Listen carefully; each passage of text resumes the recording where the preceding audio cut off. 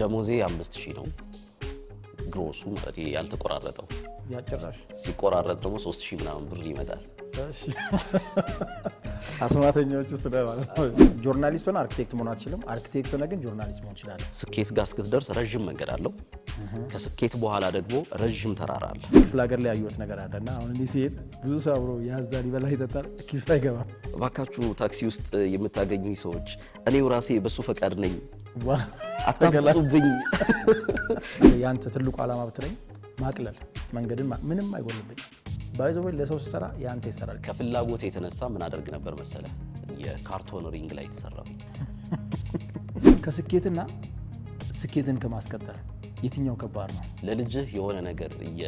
ይዘህ ይሄድ ካስለመደው ከዛ በኋላ ግን አባዬ የሆነ ነገር ይዞልኝ ይመጣል ብሎ ሳያስበው እሱ ጸሎት እያደረገ ነው የሚሆነው ተመለስ ተመለስ ባክ ይሄ ስሜት ይሰጣራሳ ለኔ በለሰተል ደነገጠና ተመለሰ ማለት ያ ሹር የምሬ ነው ሞተር አስጠፋ ነው